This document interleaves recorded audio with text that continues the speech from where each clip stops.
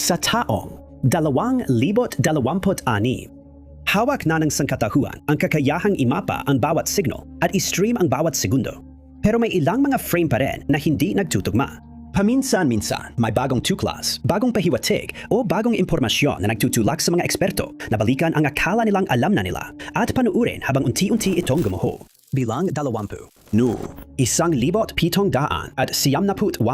Unang naitala ang pag-iral ng Oxy Rincus. Noong taon na yon, isang artista na gangalang Baron Vivant Denon ang sumama kay Napoleon Bonaparte sa isa sa kanyang mga ekspedisyong militar na dumaan mismo sa Egypt. Habang nasa ekspedisyon, napansin ni Denon ang isang haliging natabunan ng buhangin sa gitna ng mga labi ng isang nakalimutang sinaunang lungsod. Iginuhit niya ang lugar sa kanyang kwaderno. Hindi sinasadyang naitala ang unang modernong ebidensya ng sinaunang pantalan ng Egypt na ito, ang Oxy Rincus. Sa mga sumunod na taon, nagdatingan ang mga arkeologo sa lugar, nagwawalis, naghuhukay, at dahan-dahang tinatanggal ang lupa upang ilantad ang isang nakalimutang puok. Sa makasaysayang lugar na ito, nahukay nila ang mga libingan, mga ninunong mummified, kakaibang gintong dila, at ang pinakamalaking koleksyon ng mga papyri na natagpuan sa isang sinaunang lugar sa Egypt. Ngunit, noong Abril ng 2026, inanunsyo ng Ministry ng Turismo at Antigüedad ng Egypt ang pinakakakaibang natuklasan sa lahat. Ang misyong arkeolohiko ng Espanya, ng Universidad ng Barcelona at ng Instituto ng Sinaunang Silangan na pinamumunuan ni Dr.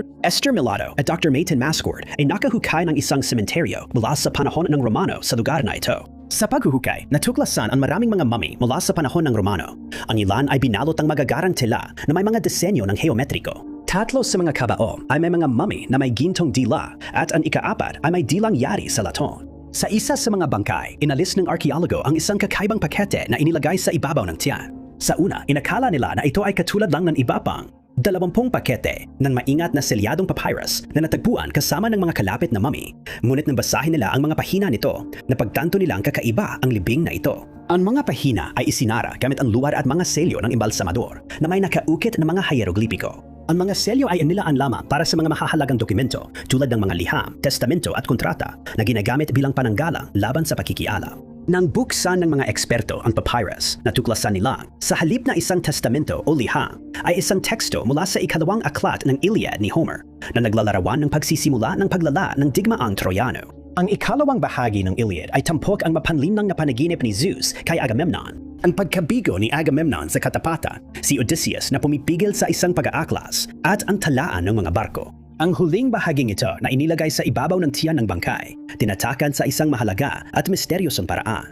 Ang talaan ng mga barko ay nagbibilang ng 29 na pangkat ng hukbong Griego naglayag upang lumahok sa digmaang Troyano. Inilalahad nito ang bawat pinagmulan nila sa rehiyon, kung sino ang mga komander at ang kabuuang bilang ng mga barkong ibinigay. Ang tala ng mga barko ay inilarawan bilang masinsinan dahil binabanggit nito ang 6 na barko at 50,000 hanggang 1,000 mga lalaki. Ang mga dahilan kung bakit isinama ang isang bahagi ng akda ni Homer kasama ng Yumao ay nananatiling misteryo. Ang mga tula ni Homer, particularly ang Iliad, higit pa kaysa sa Odyssey, ay isang pundasyong teksto sa kulturang Griego at ang kanilang kahalagahan ay umabot sa iba't ibang kontinente at mga siglo. Ang mga tulang ito ay ginamit mula pa sa pinakamaagang yugto ng pagkatuto ng pagbasa at pagsulat, itinuro sa mga batang mag-aaral at masusing pinag-aralan ng mga eskolar at karaniwang mamamaya.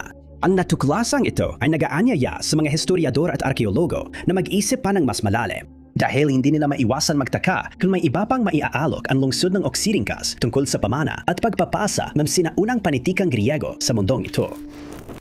Bilang 11, si Leslie Leroy Leary, na mas kilala bilang Les sa karamihan, ay isang residente ng Ocala, Florida. Ayon sa mga mahal sa buhay, si Les ay may iba't ibang problemang medikal at dati nga ring nahirapan sa mga issue sa kalusugan ng pag-iisip. Si Les, na 57 taong gulang, ay nagkaroon ng ibang stroke nitong mga nakaraang taon. Hindi siya gumagamit ng social media at paminsan-minsan lang ginagamit ang kanyang cellphone, kadalasan para makipag-ugnayan sa kanyang pamilya.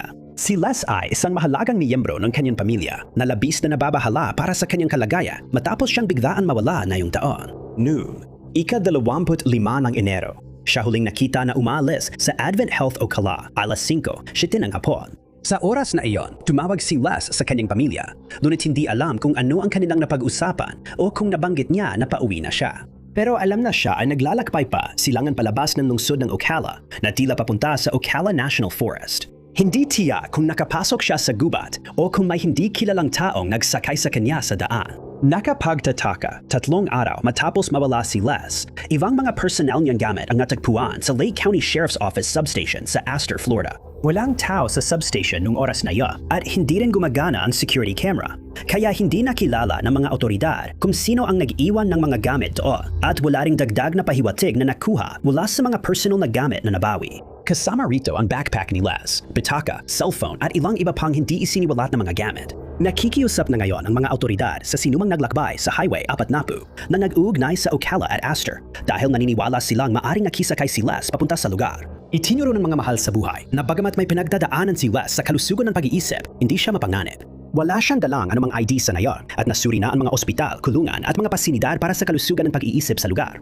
Ngunit nananatiling nawawala ang lalaki. Nung araw na huli siyang nakita, si Les ay nakasuot ng pulang long-sleeve na sweatshirt, itim na sweatpants at kulay abong bini. Inilarawan siya bilang isang lalaking Caucasian na may kulay abong buhok at kayumangging mga mata. Siya ay may taas na 5 tanampakan at 7 pulgada at may bigat na sa pagitan ng 200 at 40 hanggang 260 libra. Si Les ay may ilang natatanging tattoo sa kanyang katawan, kabilang ang Life is Good sa kanyang leeg, ang Grim Reaper sa kanyang bahagi ng kanyang dibdib, at isang floral na tattoo sa kanyang kaliwang bisig na may mga panggalang Gail at Sarah. Iminumungkahi rin na maaring meron siyang hindi tinukoy na tattoo na maaring makainsuto o makasakit ng damdamin ng ilan. Hinihikayat ng Ocala Police Department ang mga taong nagsauli ng mga gamit ng nawawalang lalaki na makipag-ugnayan sa kanila. Ang impormasyon tungkol sa pagkawala ni Leslie Leary ay maaring ipagbigay alam sa Ocala Police Department sa 352-366-7000. Ang case number ang ahensya ay 200 at 2,617,658. Ang kasalukuyang ruta sa Hilagang Inglaterra na nag-uugnay sa M6 sa Penrith at A1 sa Scotch Corner ay kasalukuyang bahagi ng isang 1.3 bilyong pound na proyekto sa infrastruktura. Ang lugar ng proyekto na kilala bilang A66 Northern Trans-Pennine Project ay sumasaklo sa Cumbria at North Yorkshire. Layunin ng proyekto na gawing dalawahan ang natitirang 18 milya ng single carriageway sa kahabaan ng 50 milyang ruta sa pagitan ng M6 at A1. Ang layunin ay i-upgrade ang buong koridor para maging isang nahahating kalsada kasama ang malawakang pagpapabuti ng mga junction. Sa nakatakdang pagsisimula ng pangunahing konstruksyon sa pagtatapos ng taong ito, nagsimula na ang paghuhukay sa lugar mula pa noong 2025 bilang paghahanda sa proyekto ng konstruksyon. Sa mga paghuhukay na ito, natuklasan ng mga eksperto ang mga makasaysayang lugar na nakalimutan na sa paglipas ng panahon. Kabilang sa mga natuklasan ang mga kalsada at pamayanan mula sa panahon ng Romano na matatagpuan sa kahabaan ng sinaunang Trans-Pennine Corridor. Sa mga paghuhukay na ito rin, nakatagpo ang mga arkeologo ng isang bagay na hindi lang bihira, kundi tunay na misteryoso. Nakatago sa ilalim ng lupa ang isang hindi pa natutuklasang taguan ng rock crystal na nagmula pa noong panahong Neolitiko. Karaniwan ang quartz sa buong United Kingdom, kaya maaring nakapagtataka kung bakit labis na interesado ang mga arkeologo sa mga batong ito na walang tiyak na hugis. Ngunit ang rock crystal ay naiba sa quartz. Isa itong malinaw, parang prismang kristal na nabubuo sa mga bitak na heolohikal na uring alpino sa ilalim ng napakatiyak at hindi naaabalang mga kondisyon. Ang mga fissure ay mga bitak na dumadaan sa mga patong ng bato na nabubuo dahil sa paggalaw ng crust ng mundo. Sa mga fissure na ito, dumadaloy ang mainit na tubig at mga gas na lumilikha ng eksaktong kondisyon na kailangan para tumubo ang purong kristal. Sa Britanya, kakaunti-bang ang mga lugar kung saan maaring makahanap ng mga kristal. May ilang lugar sa Cornwall, sa Wales at sa ilang bahagi ng Scotland. Bihira makita ang mga rock crystal sa mga sinaunang lugar, pero sapat na beses na itong natagpuan sa mga guho, kaya napansin ng mga arkeologo ang isang pattern. Mga 40 ganitong kristal ang natukoy sa Ireland at Britain, karamihan ang mula pa noong panahong Neolitiko. Ayon kay archaeologist Nick Overton, marami sa mga lugar na ito ay nasa paligid ng dagat Irish o konektado rito sa pamamagitan ng mga ilog.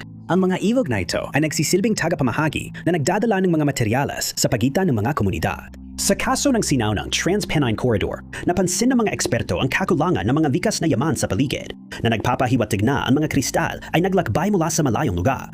Ang isa pang kakaiba tungkol sa A66 na taguan ay ang dami at uri ng mga kristal na natagpuan doon. Ang mga piraso ay parehong maayos ang pagkakabuo at malinaw, at maayos din ang pagkakabuo ng mga hindi malinaw. Ipinapakita ng saklaw na ito na ang mga batong kristal ay nagmula sa iba't ibang pinagmulan para sa mga dahilan na hanggang ngayon ay pinagtatalunan pa rin. Ang ilan sa mga mas maliliit na piraso ay nagpapakita rin ng mga palatandaan ng sinadyang pagbabago. Ilan sa mga ito ay nawawala ang pinakadulo na may palatandaang pinukpok o tinapyas ang dulo. Naniniwala ang mga eksperto na maaring ito ay isang paraan ng pagsubok sa panloob na kalidad.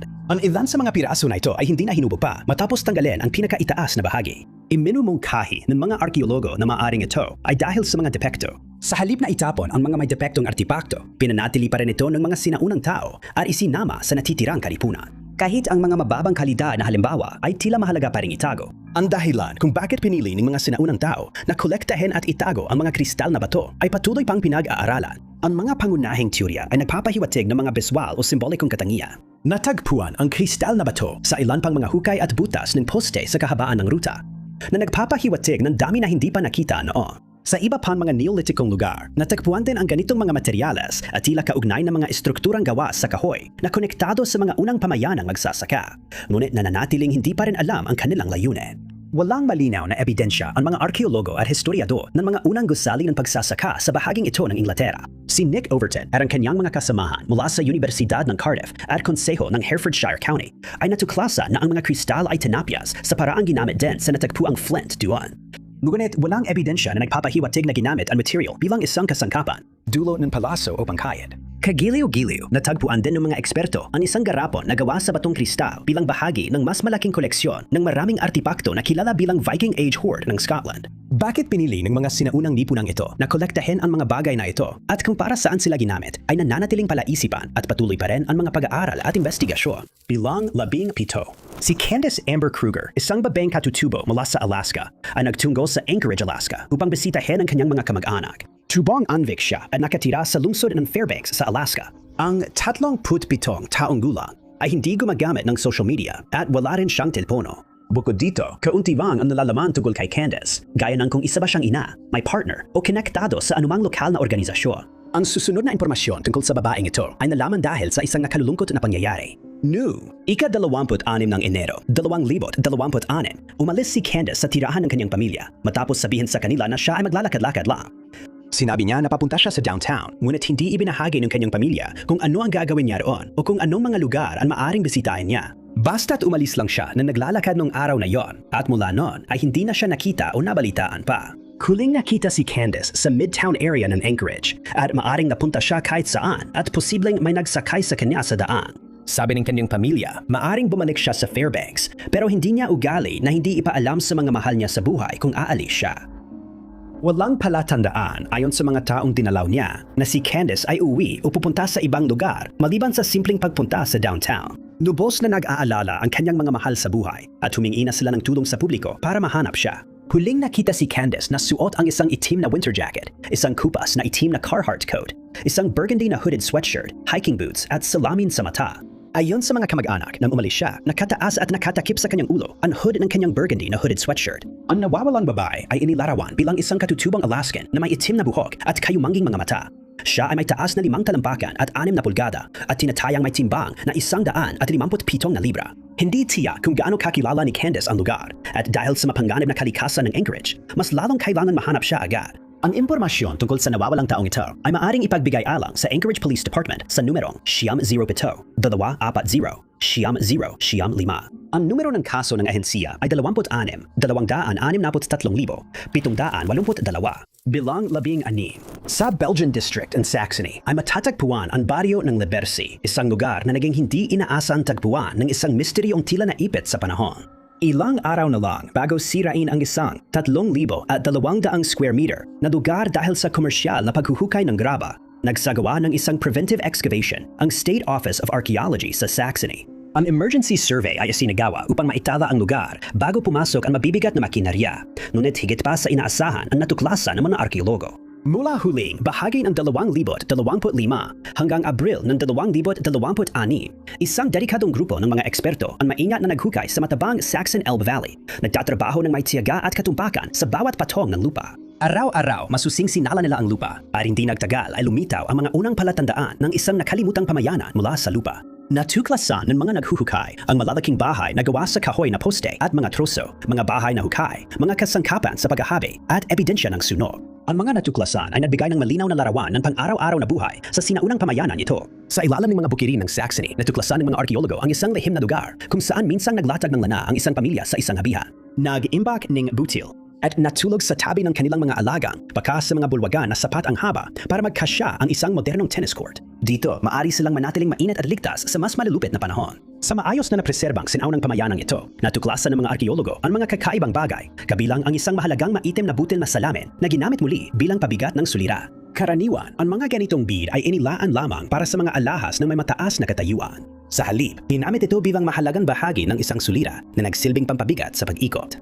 Ang lugar ay naapeksahan sa huling bahagi ng panahong imperial ng Roma at sa maagang panahon ng migrasyon sa pagitan ng ika-3 at ika-5 siglo CE. Sa panahong ito, ang Imperyong Romano ay nahihirapan na sa mga hangganan at ang mga Aleman sa labas ay bumubuo ng sarili nilang mga mundo. Ito ay panahon kung saan ang mga emperador at mga sundalo ay gumagawa ng kasaysayan. Ngunit higit pa riyan ang ipinakita ng lugar dahil ang paksa ay tungkol sa mga hindi kailanman na isulat sa mga aklat ng kasaysayan. Dito, ang 4 na mahahabang bahay na gawa sa kahoy ay nagsilbing permanenteng maingat na itinayong mga gusali, mga nikha na nagsilbing tirahan at kulungan ng mga hayop. Ayon sa mga eksperto, ang pagpibing ito ay isang paraan upang manatiling buhay tuwing malupit ang taglamig. Ginamit ang init ng katawan ng mga baboy at baka upang painitin ang silid na tinitiyak na makakaligtas ang mga nakatira rito sa malamig at matinding hangin. Ang matalinong ayos na ito ay napakahalaga sa isang lugar kung saan ang lamig ng taglamig ay maaring maging sanhi ng kamatayan. Catlong, mas maliliit na bahay sa hukay ang nagsilbing imbakan o silid gamit na nagsilbing mga kwarto para sa mga supply at kasangkapan na kailangan para sa kaligtasan.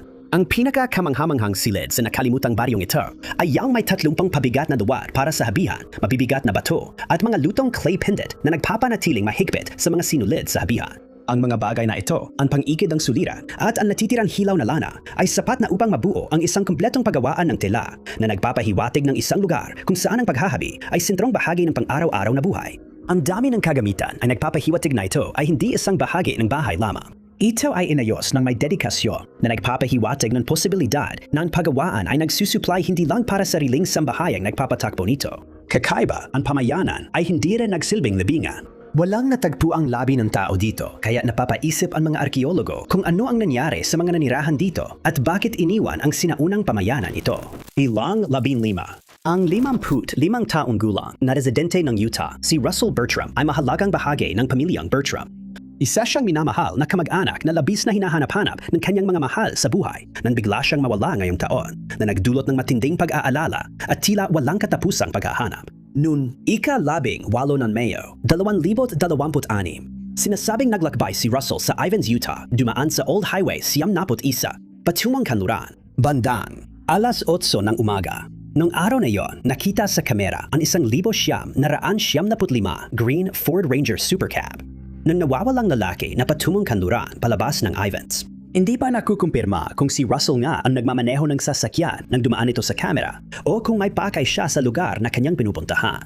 Sa likod ng truck ay may pilak na toolbox at ang sasakyan ay may Utah license plate na Z700 at 56SS. Biglang tumigil si Russell sa pakikipag-ugnayan sa kanyang pamilya noong araw ding iyon. Si Atang Ford ay nananatiling nawawala at walang mga bagong ulat ng pagkakita na makakatulong sa mga investigador o sa kanyang pamilya na matunton siya. Ang biglaang pagkawala ng komunikasyon ay hindi karaniwan sa kanya, kaya labis na nag-aalala ang kanyang mga mahal sa buhay para sa kanyang kaligtasan. Hindi siya kilalang may iniindang anumang karamdaman o problema sa kalusugan ng pag-iisip. Si Russell Bertram ay inilalarawan bilang isang lalaking Caucasian na may kayumanging buhok at asul na mga mata. Sa ibinigay na larawan ng kanyang itsura, ang nawawalang lalaki ay may uban na rin sa kanyang balbas at bigote. Nung siya ay nawala, may maikli siyang kulay abong balbas. Siya ay may taas na 5 talampakan at 7 pulgada at tinatayang may timbang na 170 libra. Ang impormasyon tungkol sa mga pangyayari o kinaroroonan ng nawawalang individual na ito ay maaring ipagbigay alam sa Santa Clara Vance Police Department sa numero 435-600 at 52-100 at 22. Bilang 14. Katulad ng karagatan, marami ring hindi alam ang sangkatauhan tungkol sa kalawakan. Pisikal nating na-explore ang napakaliit na bahagi ng kalawakan at naobserbahan ang ilan sa mga malalawak na bahagi nito gamit ang makapangyarihang mga observatoryo. Sa pamamagitan ng mga obserbasyong ito, natutunan natin ang tungkol sa pag-iral ng mga bagay sa kalawakan tulad ng mga bituin, planeta at meteor.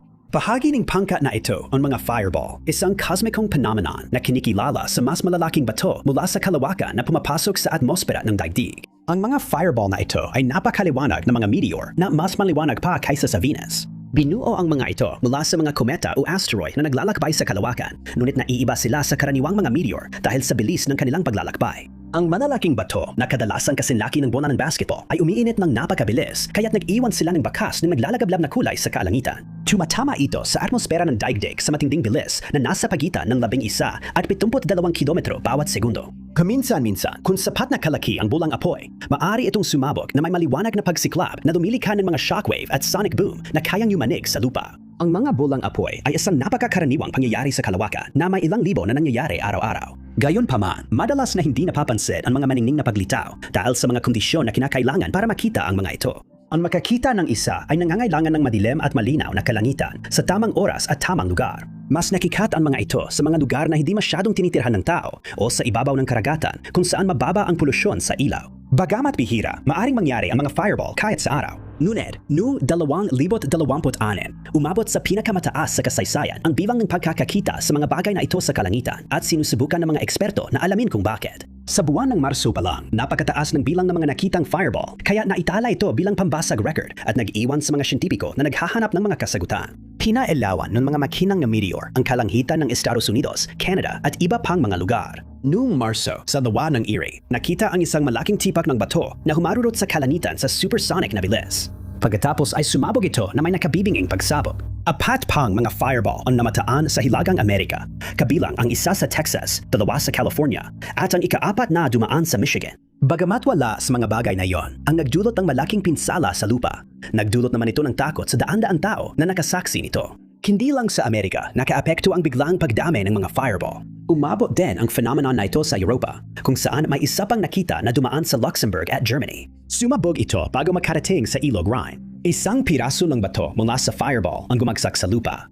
Tumama mismo sa kwarto ng isang tao. Ilang araw lang ang lumipas, isa pang maliwanag na meteor ang namataan sa ibabaw ng France patungong Spain. Ang sunod-sunod na paglitaw ng mga fireball ay tiyak na kakaiba at pinapatunayan ng mga naunang datos na merong nagbago.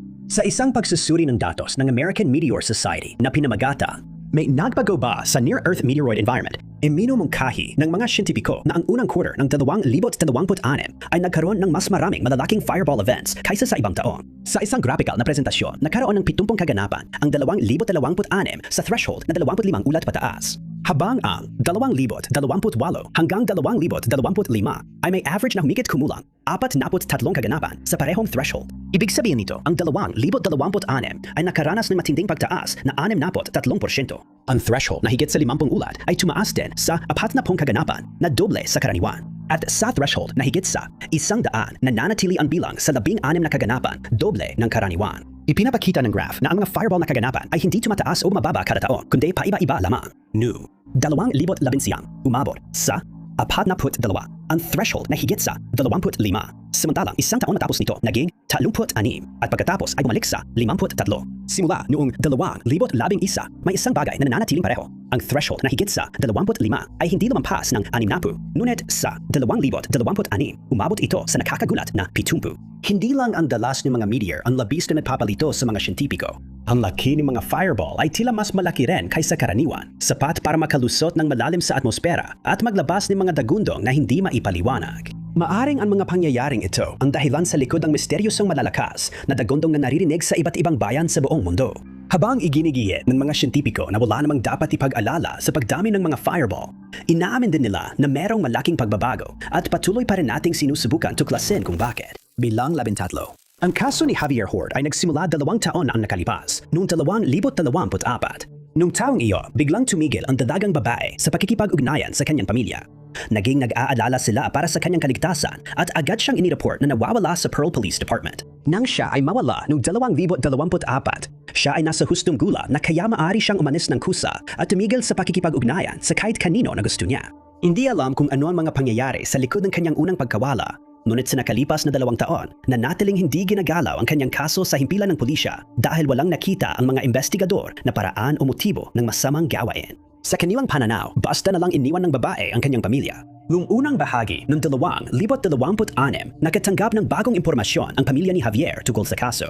May isang taong konektado sa mga kamag-anak ang nagsabi na ang 28 taong gulang na ngayon ay nasa Mississippi. Agad na inabisuhan ng pulisya kaya nagkaroon ng karagdagang investigasyon na nakatuon sa rallies sa South Jackson, Mississippi. Nakausap ng mga investigador ang manager ng restaurant pero noong tumawag ang nagbigay ng impormasyon, wala na si Javier. Ayon sa manager, nag-resign si Javier sa trabaho niya doon 2 buwan na ang nakalipas, bandang Desyembre ng 2025. Ang huling beses na nakita ang babae ay na-update na sa Pebrero 1, 2026. Sa araw na yon, nakita si Javier kasama ang isang hindi kilalang lalaki sa Raymond Road sa Jackson. Ang hindi pa nakikilalang tao ay tinutukoy bilang nobyo ni Javier, ngunit hindi pa tiyak ang mga detalye tungkol sa kanilang relasyon. Simula noon ay hindi na siya nakita o narinig pa at patuloy na nag-aalala ang kanyang pamilya para sa kanyang kalagayan. Wala nang natanggap na karagdagang impormasyon o ulat ng pagkakita mula pa noong Pebrero ng taong ito ang Departamento ng Pulisya. Muli na namang natigil ang kaso. Aktibo pa rin ang kaso ni Javier Horde at nakalista pa rin siya bilang nawawalang tao. Inilarawan siya bilang isang African-American na babae na may itim na buhok at kayumanging mga mata. Siya ay may taas na 5 talampakan at 7 pulgada at mabigat na humigit kumulang 110 pounds. Anumang impormasyon tungkol sa pagkawala ni Javier, kabilang na ang mga nakakita sa kanya o mga taong maaaring kakilala niya, ay maaaring ipagbigay alam sa Jackson Police Department sa 601-601-234. Ang numero ng kaso ng ahensya ay nakalista bilang 240,400,496 bilang 12. Ang Magnani Rocca Foundation ay isang pribadong art museum sa probinsya na matatagpuan sa lungsod ng Parma, Italia. Itinatag ito noong 1977 ng Italianong kolektor ng sining na si Luigi Magnani. Noon, 1990 opisyal na binuksan ang museo para sa mas malawak na publiko. Pinagtibay ang katayuan nito bilang isang mahalagang institusyon sa rehiyong iyon na patuloy na may malaking kahalagahan pangkultura hanggang ngayon. Dito matatagpuan ang mga tanyag na koleksyon ni Francisco Goya, Claude Monet, Van Dyck at Lorenzo Berellini ay naipakita kasama ng daan-daan pang iba. Naakit ang mga mahilig sa sining at mga tagahanga ng kultura mula sa buong bansa at maging sa labas nito. Ito rin ang naging hindi inaasahang tagpuan ng isang misteryosong pagnanakaw ng sining na tumagal lamang ng 3 minuto mula simula hanggang matapos. Isang krimen na ikinagulat ng mga tauhan ng museo at ng lokal na komunidad. Walang iniwang bakas ang mga magnanakaw maliban sa malabang kuha ng CCTV at mga bakanteng pader. Isang matinding paalala ng pangyayari. Gamit ang dilim ng gabi bilang panakip, pinasok ng mga magnanakaw ang Magnani Rocca Foundation at isinagawa ang kanilang plano ng may katumbakan. Sa pagitan ng gabi ng ika-22 ng Marso, 2026 at umaga ng ika-23, sa pilitang binuksan ng 4 na magnanakaw na may takip ang mukha at nakatakip ang ulo ang pinto sa unang palapag. Dumaan sila sa Villa of Masterpieces ng museo kung saan nakalagak ang ilan sa mga pinakatanyag na pinta ng mga pinakaiginagalang na alagad ng sining. Pagkatapos, nagtungo sila sa seksyon ng French Art Gallery ng Villa at nagtuon sa 3 partikular na pinta. Kasama sa mga pintang iyon ang isang pinta ni Pierre-Auguste Renoir noong 1900 at 17 isang watercolor ni Paul Cézanne at isang pinta ni Henri Matisse noong 1922. Sama-sama, tinatayang nagkakahalaga ang mga pintang ito ng humigit kumulang €9 milyong na katumbas ng $10.3 milyong. Isang ika-4 na pinta ang naalis mula sa gallery, ngunit iniwan sa lugar na maabala ng seguridad ng museo ang plano. Ipinapakita sa video footage ng krimen ang mga taong nakatalukbong na naglalakad sa luntiang harden ng villa habang patuloy pa ring tumutunog ang alarm system sa likuran. 3 minuto lang ang inabot ng pagnanakaw mula simula hanggang matapos. Kung wala ang alarm, baka nagpatuloy pa sila sa walang takot na pagnanakaw. Iminungkahi ng abogado ng pundasyon na ang pagnanakaw ay maingat na inorganisa at maayos ang pagkakaplano na nagpapakita ng antas ng profesionalismo. Sa simula, itinago ng museo ang kwento sa publiko. Umaasang ibabalik ng mga kriminal ang nakalimutang likhang sining para mahuli sila. Hindi na sila bumalik at kalaunan ay lumabas din ang balita. Sa kabila ng malawakang investigasyon, hindi pa rin natatagpuan ang mga magnanakaw na responsibilidad sa pagnanakaw o ang mga likhang sining na kanilang ninakaw. Ang pagnanakaw na ito ay kasunod din ng malaking pagnanakaw ng mga likhang sining sa Louvre Museum sa Paris.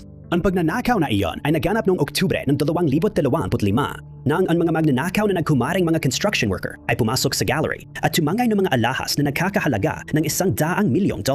Sa kabila ng pagnanakaw, nananatiling bukas ang Magnani Rocca Foundation. Habang patuloy na iniimbestigahan ng Carabinieri ng Italia at ng Cultural Heritage Protection Unit ng Bologna ang kaso, umaasa silang mahuhuli ang mga responsibale at mababawi ang mga nawawalang mahalagang likhang sining. Bilang 11. Si Vanessa Marie Lind Carlson ay isang katutubong babae mula sa Alaska na sa edad na 32 taong gulang ay nawala sa hindi pangkaraniwang mga pangyayari na nagdulot ng matinding pag-aalala sa kanyang pamilya at sa komunidad para sa kanyang kaligtasan at kapakanan. Nagsimula ang kaso ni Vanessa noong ika-18 ng Pebrero 2026 sa Ted Stevens Anchorage International Airport sa Anchorage, Alaska. Sa araw na ito, huling nakita ang 32 taong gulang na si Vanessa na nagmamaneho ng kanyang pilak na Nissan Xterra sa paligid ng Palipara. Nakita siya sa mga security camera ng Palipara habang nasa sasakyan, ngunit mukhang hindi na itala ng footage kung saan siya nagtungo. Pagkatapos ng pagkakasaksing ito, hindi na muling nakita o narinig si Vanessa, kaya agad na nag-alala ang kanyang pamilya at nagresulta ito sa isang investigasyon ng pulisya. Hindi pa naglalabas nun maraming detalye ang mga investigador tungkol sa kasong ito, kabilang na kung sumakay ba sa eroplano o lumipad pa alis ang nawawalang babae.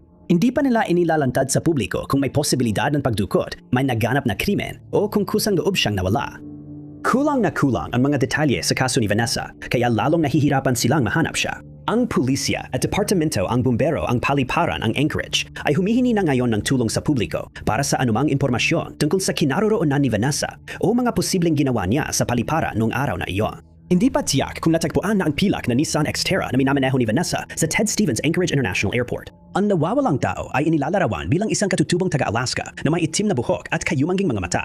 Siya ay may taas na 5 talampakan at 6 na pulgada at may timbang na humigit kumulang 120 libra. Ang impormasyon tungkol sa pagkawala, kabilang ang mga tip at pagkakita, ay maaring ipagbigay alang sa Alaska State Troopers sa Siyam 07 265 5511 Numero 10. Si Jennifer Lee Wilson, na magiliw na tinatawag na Sydney ng mga pinakamalapit sa kanya, ay naninirahan sa Derby, Kansas kasama ang isang babaeng ka-roommate noong 2002. Ang dalawa ay magkasamang nagtatrabaho sa isang gentleman's club na tinatawag na Jezebels, kumikita bilang magkatrabaho at magka-housemate. Ang lugar ng trabaho ay matatagpuan sa Wichita, Kansas, na magiging hindi kapansin-pansing tagpuan ng isang pagtatalo at pagkawala na magpapalito sa mga kaibigan at pamilya. Noong gabi ng ika-1 ng Setyembre, 2002, ang 29 na anyos ay katatapos lang ng kanyang trabaho. Pagkatapos ng kanyang shift, biglang nagkaroon ng pagtatalo sa pagitan nila ng kanyang kasama sa bahay na mabilis na lumala at naging simula ng mga pangyayari na hahantong sa pagkawala ni Jennifer. Magkasabay silang umuwi kung saan nagpatuloy ang kanilang pagtatalo,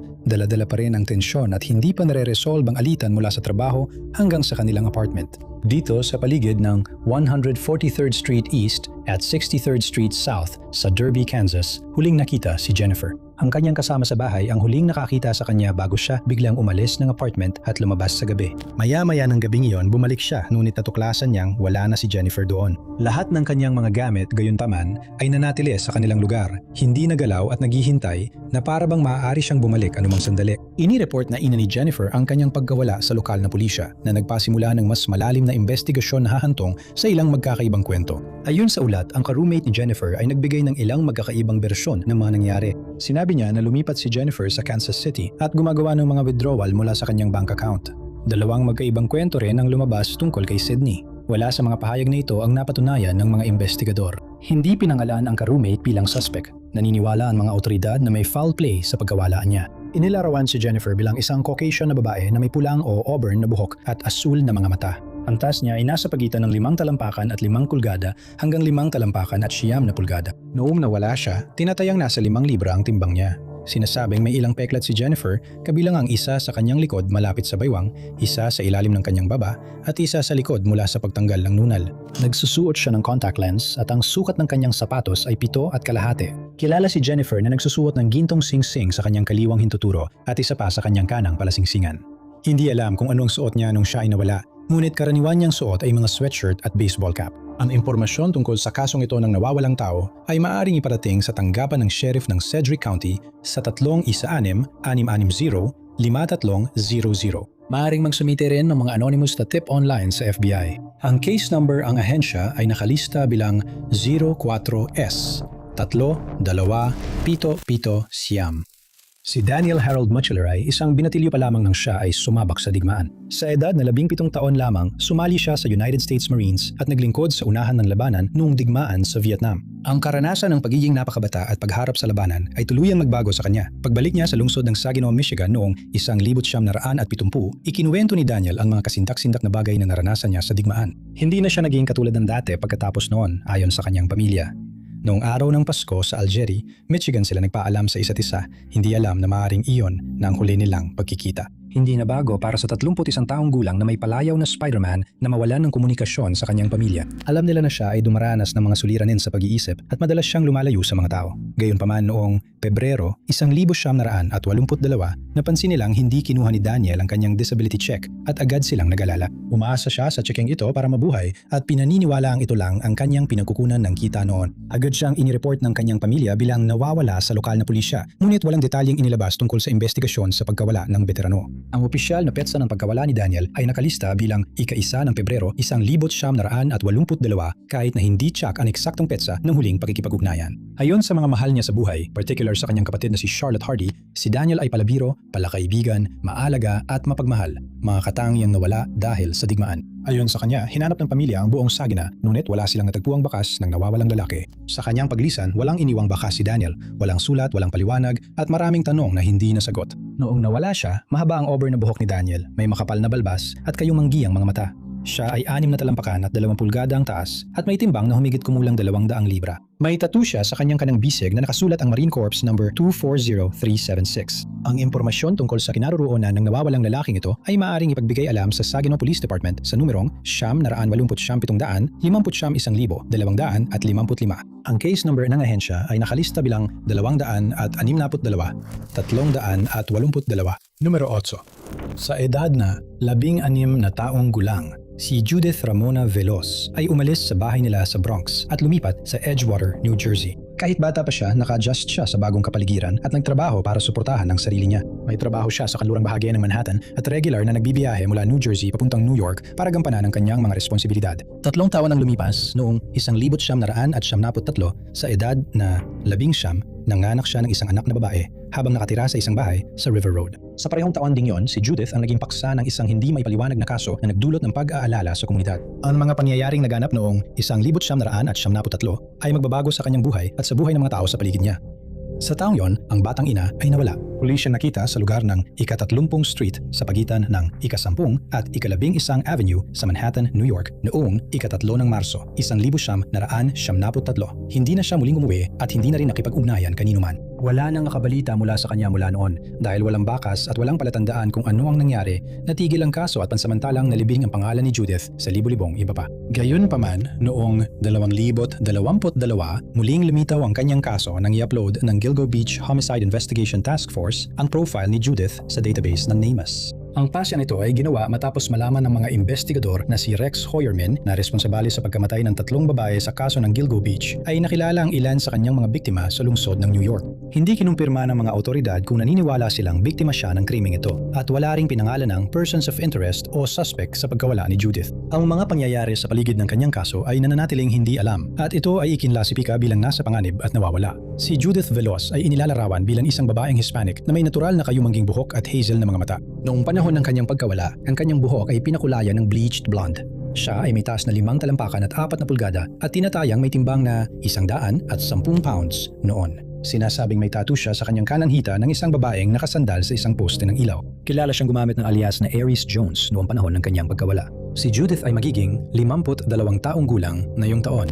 Gumawa ang mga mahal sa buhay ng isang Facebook group na pinamagatang Remembering Judith Ramona Veloz, kung saan ipinopost ang mga update at impormasyon tungkol sa nawawalang babae. Sa paglalarawan, inilalarawan siya bilang isang mapagmahal na kapatid at mapagmahal na ina na hinubog ng pagmamahal niya sa kanyang pamilya. Hinding-hindi niya basta-basta iiwan ang mga ito o ang kanyang pinakamamahal na anak na babae. Hinihikayat ng mga investigador ang sinumang may impormasyon tungkol sa kasong ito na makipag-ugnayan sa New York State Police, Troop L Headquarters sa 63175-6300. Ang impormasyon ni Judith ay naidagdag na sa Doe Network. Numero 7. Ayon sa kanyang mga mahal sa buhay, si Bruce Max Willow ay napakamaingat sa kanyang pananamit at itsura. Palagi niyang gustong magmukhang maayos at mag-iwan ng magandang impresyon at sinisigurado niyang maayos ang kanyang sarili kapag nasa pampublikong lugar. May karanasan siya bilang kusinero at bartender na nagbibigay sa kanya ng pagkakataong makakilala ng iba't ibang tao. Sa kanyang libreng oras, nag-enjoy siya sa paminsang paglalaro ng bingo na naging regular niyang libangan. Hindi nananatili si Bruce Max Willow sa isang lugar na matagal. Mas gusto niya ang pamumuhay na malaya siyang makalipat at makapaglibot sa mga bagong lugar. Madalas siyang lumipat palipat-lipat sa pagitan ng Estados Unidos at Canada, nagkaroon ng maraming kaibigan sa kanyang paglalakbay at pinananatili ang ugnayan saan man siya magpunta. Ang ganitong uri ng pamumuhay ay bagay kay Bruce Max Willow dahil pinahahalagaan niya ang makakilala ng mga bagong tao at ang mag-explore ng iba't ibang komunidad. Bawat paglipat ay nangangahulugan ng pag-iiwan ng ilang kaibigan, ngunit palaging bukas si Bruce Max Willow sa mga bagong karanasan at pagkakaibigan. Kahit saan man siya mapunta, lagi niyang pinananatili ang pakikipag-ugnayan. Nagpatuloy iyon hanggang ika-5 ng Pebrero, 1971. Noong araw na yon, bandang alas 1:15 na madaling araw, huling nakita si Bruce Max Willow na 30 taong gulang sa paligid ng kanto ng Sheridan Avenue at 14 na Street sa nayon ng Elmira Heights, New York. Wala nang nakakita o nakabalita tungkol sa kanya mula noon. Sinabing nakatira si Bruce sa Big Flats, New York bago siya nawala. Kilala siyang naglalaro ng bingo sa lugar at madalas pumunta sa mga lokal na bar at club. Nang siya ay nawala, iniwan ni Bruce ang lahat ng kanyang mga personal na gamit. Wala siyang dalang ekstrang damit at kaunti lang ang kanyang pera. Hindi rin siya kilalang may dalang anumang personal na gamit na makapagpapakilala sa kanya. Napansin ng mga mahal sa buhay na hindi karaniwan para kay Bruce ang hindi magdala ng ekstrang damit. Hindi siya basta-basta nagsusuot ng kung ano-ano lang. Masyado siyang mapili sa mga damit na isinusuot niya, kaya hindi talaga niya ugali na iwanan ang kanyang mga damit. Si Bruce Max Willow ay inilarawan bilang isang lalaking Caucasian na may kayumangging buhok at berdeng mga mata. Noong siya ay nawala, siya ay 6 na talampakan at 1 pulgada ang taas at tinatayang 50 libra ang timbang. Noong panahong yon, maiksi ang gupit ng kanyang buhok. Sa kasalukuyan, ang nawawalang lalaki ay 65 taong gulang na sana. Aktibo pa rin ang kanyang kaso at naghihintay pa rin ang mga otoridad na isang tip na magtatapos sa misteryong ito na tumagal ng mga dekada. Ang impormasyon tungkol sa kinaroroonan ng nawawalang individual na ito ay maaaring ipagbigay alam sa New York State Police Troop E Headquarters sa 585-378-4100. Ang case number ng ahensya ay nakalista bilang EHOR Siam na isang-isang Siam 5. Bukod pa rito, maaaring kontakin ng mga magbibigay ng impormasyon ang New York State Police sa 607-730-876.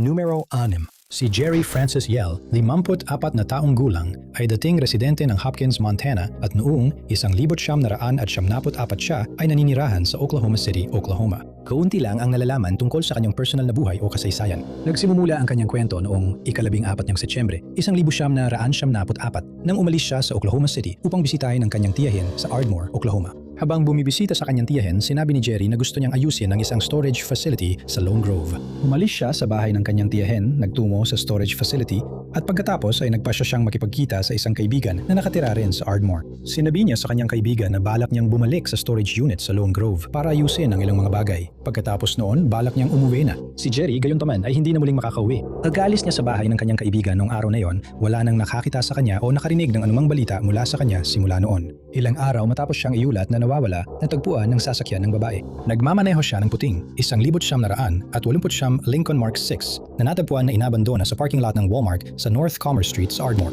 Ang sasakyan at ang kinaroroonan nito ay walang naibigay na karagdagang palatandaan tungkol sa kinaroroonan ni Jerry. Wala ring palatandaan ng krimeng naganap sa loob o paligid ng sasakyan na lalo lamang nagdagdag ng kalituhan para sa mga investigador at sa kanyang pamilya. Dahil sa kawalan ng mga palatandaan, hindi umusad ang kaso at agad itong isinama sa iba pang mga cold case, naghihintay ng kahit isang maliit na impormasyon na magbabalik ng atensyon ng mga investigador dito. Patuloy na umasa ang kanyang pamilya at mga nagmamalasakit sa kanya na magkakaroon ng kasagutan. Ngunit habang lumilipas ang panahon, ay lalo lamang naging mahirap ang sitwasyon. Ang nawawalang babae ay inilarawan bilang isang Caucasian na babae na may kayumangging buhok at berdeng mga mata. Siya ay may taas na 5 talampakan at 2 pulgada at tinatayang may bigat na 115 libra. Parehong butas ang kanyang mga tainga. Ibinahagi ang mga detalyeng ito sa mga otoridad at sa publiko sa pag-asang may makakakilala sa kanya o makakaalala na nakita siya. Huling nakita si Jerry Yell na nakasuot ng puting t-shirt na may maikling manggas na maaaring may logo ng Dr. Pepper. Ang t-shirt ay ipinare sa asul na maong, singsing na may diamante at relo. Kilala rin siya na nagsusuot ng iba pang malalaking singsing, ngunit hindi tiyak kung suot niya ang mga ito noong araw ng kanyang pagkawala. Ang impormasyon tungkol sa kanyang kinaroroonan ay maaaring ipagbigay alam sa Ardmore Police Department sa 580-223-1212. Ang numero ng kaso ng ahensiya ay Siam 403025 Siam. Hanggang ngayon ay hindi pa rin nare-resolve ang kanyang kaso. Si Jerry ay 54 na taong gulang nang siya ay mawala at ngayon siya sana ay 86 na taong gulang. Numero 5. Noong 1975, si Rory Neil Shoemaker ay nagplano na lumipat kasama ang kanyang ina sa Montana. Ang kanilang ideya ay lumayo mula sa Everett, Washington upang makahanap ng mas magandang buhay sa lugar na ilang oras ang layo. Ang desisyon na lisanin ng Everett ay hindi basta-basta ginawa dahil nangangahulugan ito ng pag-iwan sa pamilyar na komunidad at pagsisimula muli.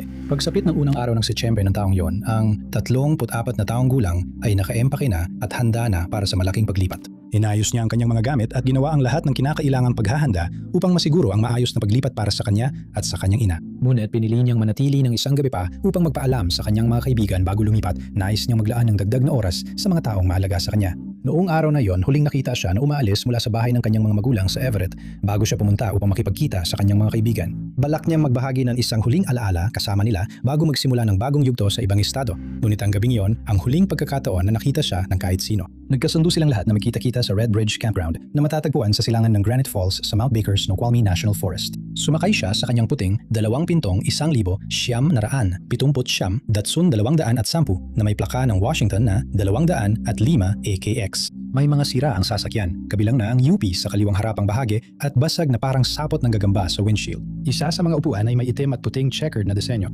Isa-isa nang dumating ang kanyang mga kaibigan, pero sa pagtatapos ng araw, kulang pa rin ang isa ang grupo. Hindi dumating si Rory sa lugar ng camping at wala nang nakakita o nakarinig mula sa kanya mula noon. Hindi na natagpuan si Rory, pati na rin ang kanyang Datsun.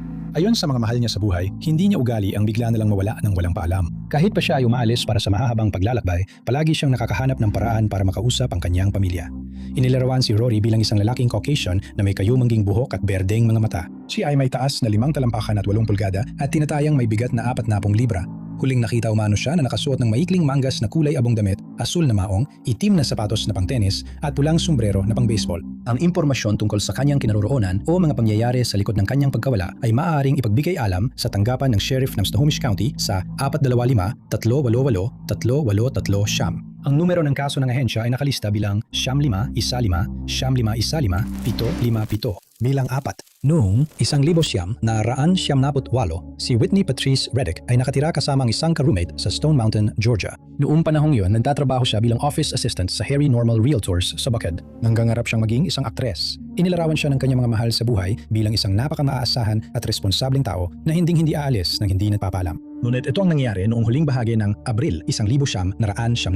Noong ika-11 ng Abril, ang 26 na taong gulang ay nagmamaneho ng kanyang sasakyan nang siya ay masangkot sa isang malubang aksidente na nagdulot ng hindi na mare-repair na pinsala sa kanyang sasakyan. Dumating ang mga ambulansya sa lugar ng aksidente, ngunit tumanggi si Whitney sa anumang medical na atensyon. Pinaniwalaan, gayunpaman, na maaaring nagtamo siya ng pinsala sa ulo. Pagkatapos ng insidente, nakipag-usap siya sa kanyang ama na kalaunan ay nagsabi na parang litong-lito siya. 3 araw matapos iyon, nawala si Whitney. Noong ika-22 ng Abril, bandang 9:00 ng gabi, dumating siya sa bahay ng kanyang nobyo sa High Point Apartment Complex sa Young Road sa Lithonia, Georgia. Bumisita siya sa kanya ng mga 30 minuto, kumalis bandang 9:30 ng gabi na yon. Marahil pauwi na sa kanyang bahay. Ayon sa kanyang nobyo, nagpaalaman sila sa isa't isa at umalis na siya. Dahil matindi ang pagkasira ng kanyang sasakyan, nagmamaneho si Whitney ng isang rentahang kotse mula sa Enterprise. Ito ay isang lavender gray na 1,977 na 4 na pintong Geo Prism na may plaka ng Georgia na 345 HZE. Sa mga sumunod na araw, hindi pumasok sa trabaho ang dalaga at hindi rin nakipag-ugnayan sa kanyang pamilya.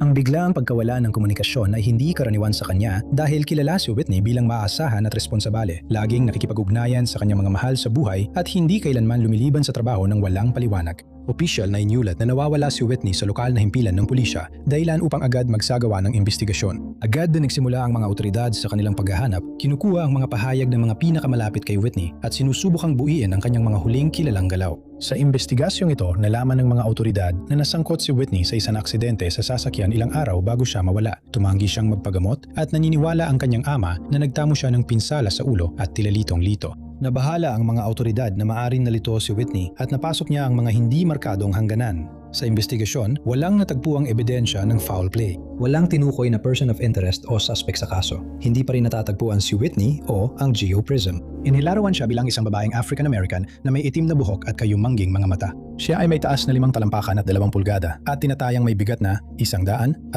pounds nung siya ay nawala. Hindi alam kung ano ang suot niya noong siya ay nawala. Ang impormasyon tungkol sa kinaroroonan o mga pangyayari sa likod ng kanyang pagkawala ay maaaring ipagbigay alam sa DeKalb County Police Department sa 770-224-7710. Naghahanap din ng mga investigador ng anumang impormasyon tungkol sa sasakyang may plakang 345 HZE. Numero 3. Si Blaine Carl Hector, 30 taong gulang, ay residente ng Milford sa Hillsborough County ng New Hampshire. Isa siyang may asawa at may 2 anak. Ang kanyang kapatid na si Wade Hector ay isang espesyalista sa New Hampshire National Guard na nasangkot sa isang nakamamatay na aksidente ng truck sa Saudi Arabia noong 1971. Matapos ang trahedya nito, sinasabing nalugmok sa depresyon si Blaine at huminto sa kolehiyo dahil dito. Noong ika-24 ng Disyembre, 2001, nagmaneho si Blaine papunta sa bahay ng kanyang ama upang ipakita ang isang second-hand na sasakyan na nais niyong bilhin. Gayunpaman, hindi natuloy ang plano nang dumating ang mga pulis sa bahay ng ama ni Blaine. Ayon sa ulat, ang dealership ng sasakyan ay tumawag sa aming MRNA at inireport na ninakaw ang kotse, ngunit hindi pa isiniwalat ang eksaktong detalye ng pangyayaring ito. Pagdating ng mga pulis sa bahay, tumakbo si Blaine papasok sa kakahuyan sa likod ng bahay ng kanyang ama. Simula noon, wala nang nakakita o nakatanggap ng balita mula sa kanya. Marami ang naniwala na babalik siya sa pamilya kinabukasan para sa Pasko. Para sa kanila, hindi ugali niya ang hindi sumipot. Sa mga sumunod na araw, ginawa ng lokal na pulisya at ng state police ang lahat ng kanilang makakaya upang mahanap si Blaine. Kasama rito ang malawakang paghahanap sa lupa, paggamit ng mga helicopter at mga unit ng asong pulis. Wala nang iba pang palatandaang natagpuan tungkol sa kinaroroonan niya. 3 taon ang lumipas. Noong 2004, pumanaw ang ama ni Blaine. Hindi niya kailanman nalaman kung anong nangyari sa kanyang anak. Dumalo ang mga pulis sa libing sa pag-asang lilitaw ang nawawalang lalaki. Kakaiba, hindi siya dumalo sa libing. Walang naging aktibidad sa kanyang bank account o sa kanyang social security number, kaya't naniwala ang kanyang pamilya na maaaring nakatira siya sa ibang bansa marahil sa Canada. May nakabimbing warrant of arrest si Blaine sa Sullivan County para sa hindi tinukoy na dahilan. Gayunpaman, hindi sigurado ang mga otoridad kung nagtatago siya upang makaiwas sa pagkakaaresto. Nakipagdiborsiyo na sa kanya ang kanyang asawa dahil sa pag-abandona. Umalis si Blaine na naglalakad papunta sa gubat. Wala siyang sariling sasakyan at malamang ay umaasa lamang siya sa mga pasakay at pampublikong transportasyon para makalibot.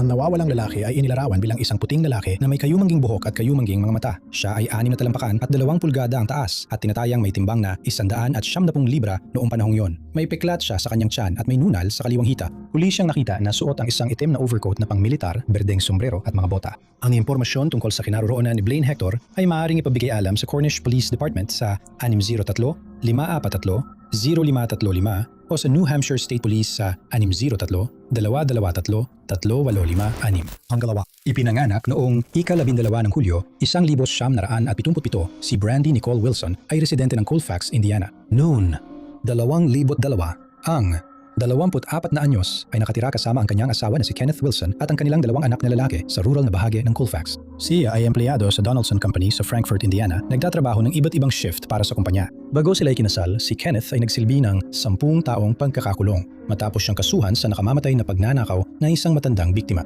Sa stand plea deal, napatunay ang nagkasala siya sa pagnanakaw kapalit ng pagbabasura ng kasong homicide laban sa kanya. Noong 2002, naiulat na nagsimulang magkaroon ng problema sa pagsasama ang mag-asawa, dahilan upang mapasama si Kenneth sa listahan ng mga pinaghihinalaan nang biglaan mawala ang kanyang asawa nang walang paalam. Noong umaga ng Hunyo 4, 2002, umuwi si Kenneth mula sa ikatlong shift sa kanyang trabaho. Pagdating niya sa bahay ay agad siyang natulog at nagising bandang 2:00 ng hapon. Ayon sa kanya, pagdating ng oras na yon, wala na si Brandy, ngunit pareho pa rin naroon sa labas ng bahay ang kanilang mga sasakyan at hindi nagalaw.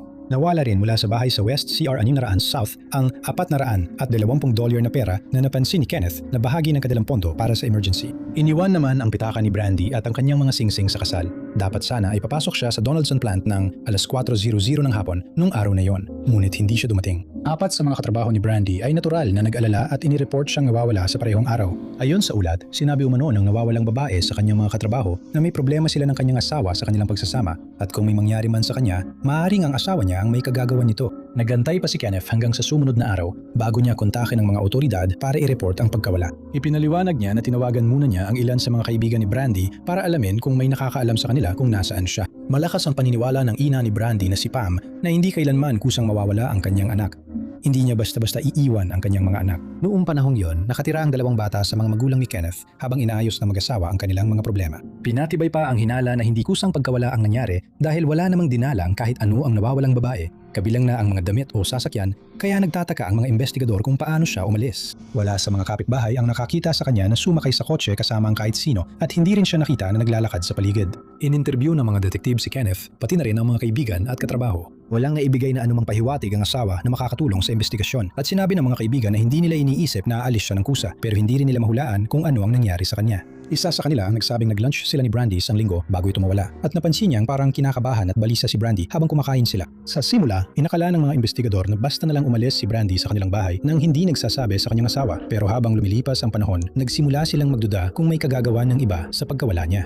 Pagsapit ng weekend, tumulong ang mga voluntaryong bumbero sa mga deputy ng Clinton County Sheriff's Office sa paghahanap sa nawawalang babae. Maraming bahagi ng Colfax ang sinaliksik sa paghahanap. Ngunit tila wala rin napuntahan ang kanilang pagsisikap. Gumamit ng mga helicopter na may thermal imaging equipment para maghanap sa lugar pero wala ring natagpuan. Ang mga diver mula sa Carroll at Tippecanoe counties ay gumugol ng ilang oras sa isang hukay ng tubig sa labas ng Colfax. Mulay, wala ring natagpuan. Gumawa ang mga kaibigan at pamilya ng mga poster ng nawawalang tao na ipinamahagi nila sa buong Frankfurt, umaasang may makakakilala sa kanya. Nakakuha ang mga investigador ng ilang tip mula sa mga taong naniniwalang nakita nila si Brandy matapos siyang iulat na nawawala. Ngunit ang mga tip na ito ay malabo at mahirap sundan. Nagkomento si Pam na hindi siya naniniwalang kayang sakta ni Kenneth si Brandy pero nag-aalala siya tungkol sa madilim na nakaraan nito at kung paano ito maaaring nakaapekto sa mga pangyayari na kinasangkutan ng kanyang anak na babae. Hindi pa tinutukoy si Kenneth bilang isang person of interest o suspect sa kaso. Inilarawan si Brandy Wilson bilang isang babaeng Caucasian na may kayumangging buhok at kayumangging mga mata. Siya ay 4 na talampakan at 5 pulgada ang taas at may timbang na humigit kumulang 135 na libra. Parehong butas ang kanyang mga tainga at may tattoo siya ng bulaklak sa kaliwang bahagi ng kanyang dibdib. Mayroon siyang bilog na peklat sa likod ng kanyang leeg at kilala siyang paminsan-minsan ay nagsusuot ng salamin sa mata. Ang apelyido niya sa pagkadalaga ay Tamon. Ngayon, siya ay 48 taong gulang na sana. Hindi pa rin nalulutas ang kanyang kaso. Ang impormasyon tungkol sa kinaroroonan o mga pangyayari sa pagkawala ng nawawalang taong ito ay maaaring ipagbigay alam sa tanggapan ng Sheriff ng Clinton County sa 765-654-5563 o sa Clinton County Tip Line sa 765-656. Tips. Ang numero ng kaso ng ahensya ay nakalista bilang 0206-02826. Numero 1. Si Joyce Lee Kennedy, ipinanganap noong ika-28 ng Marso, 1933 ay nagtrabaho bilang ticket agent sa SeaTac Airport sa Seattle, Washington. Ang kanyang pinagtatrabahuhan ay magiging hindi inaasahang tagpuan ng isang kakaibang pagkawala na naganap noong ika-28 ng Marso, 1978. Noong araw na yon, abala si Joyce sa kanyang karaniwang gawain hanggang sa matapos ang kanyang shift sa huling bahagi ng umagang yon. Lumayo siya mula sa kanyang counter matapos ang kanyang shift at hindi na siya muling nakita ni nabalitaan. Noong araw na siya ay nawala, inaasahan ni Joyce na makipagkita sa kanyang dating asawa si John Thomas O'Keefe II na may utang sa kanya. Natapos ang kanilang relasyon 2 taon na ang nakalipas at nadungisan ito ng mga paratang ng karahasan sa tahanan. Hiningi ni Joyce sa kanyang kapatid na si Jack Sparks na samahan siya sa pagkikita para sa suporta. Ngunit may mga pangyayari na pumigil sa kanya na makasama. Dahil dito, si Joyce na lang ang nakipagkita kay John ng mag-isa, bagay na nagdulot ng pag-aalala sa kanyang pamilya at mga kaibigan. Nang hindi dumating si Joyce sa kanyang susunod na shift at walang nabalitaan tungkol sa kanya, ang pag-aalala ay mabilis na naging pagkabahala. Naging kasangkot ang mga otoridad matapos iulat ng airline ang pagkawala niya. Ang kawalang katiyakan sa pagkawala niya ay nag-iwan ng maraming tanong sa mga malalapit sa kanya at lalo pang lumaki ang mga haka-haka habang lumilipas ang panahon. Nang hindi nakapasok sa trabaho ang 44 na taong gulang sa kanyang susunod na shift sa edad na 44, nag-alala ang mga opisyal ng Pan American Airline at iniulat ang pagkawala niya sa lokal na pulisya. 2 araw matapos iyon, natagpuan ng mga investigador na namamahala sa kanyang kaso ang kanyang sasakyan. Iniwan ito sa paradahan sa bahagi ng mga bisita ng paliparan. Bukas lahat ng pinto. Natagpuan ang kanyang bag at mga susi sa harapang upuan at walang palatandaan na may nangyaring kaguluhan. Pero wala si Joyce kahit saan. Noong araw na nawala siya, nakatakdasan ng makipagkita ang babae sa isang lalaking nagngangalang John Thomas O'Keefe II na mas kilala ng karamihan bilang Jack. Si John ay dating asawa ni Joyce at ang dahilan ng kanilang pagkikita ay para bayaran niya ang utang niya kay Joyce. Ang dalawa ay naging mag-asawa sa loob ng 4 na taon mula 1972 hanggang 1976. Ayon sa mga ulat, mayroong karahasan sa tahanan na nangyari sa kanilang relasyon. Dahil sa magulong kasaysayan na ito, kaya isinama ni Joyce ang kanyang kapatid na si Jack Sparks sa planong iyon. Sasamahan siya nito sa pakikipagkita sa kanyang dating asawa ng gabing yon pagkatapos ng kanyang night shift. Gayunpaman, hindi available si Sparks kaya napilitan si Joyce na makipagkita kay John ng mag-isa. Matibay ang paniniwala ng mga miyembro ng pamilya at mga kaibigan na may kinalaman siya sa pagkawala, ngunit walang natagpuang ebidensya ang mga investigador na nag-uugnay sa kanya sa insidente. Hindi siya kailanman itinuring na person of interest o suspect. Iminungkahi ng mga mahal sa buhay na si John ang naglipat ng kotse sa visitors section para magmukhang umalis pa rin si Joyce. Gayunpaman, walang natagpuang ebidensya ang mga pulis na nandoon siya sa sasakyan noong oras na yon o na may sinumang naglipat nito. Ang kinaroroonan ni Joyce Kennedy at ang mga pangyayari sa likod ng kanyang pagkawala ay nananatiling hindi pa rin alam. Pinaghihinaang may foul play sa kaso, ngunit wala pang nasasampahan ng kaso kaugnay ng pagkawala. Inilarawan si Joyce bilang isang babaeng Caucasian na may pulang buhok at asul na mga mata. Siya ay may taas na 5 talampakan at 3 pulgada at may bigat na humigit kumulang 135 na libra. Huling nakita si Joyce sa kanyang pinagtatrabahuhan na suot ang kulay tan na pantalon, pulang blusa, isang gintong singsing na may mga diamante at may nakaukit na salitang love dito. Kilala siyang nagsusuot ng salamin sa mata at maaaring gamitin ng aplaydong O'Keefe. Ang impormasyon tungkol sa pagkawala ni Joyce Kennedy ay maaaring ipagbigay alam sa Port of Seattle Police Department sa numerong 206-7875400.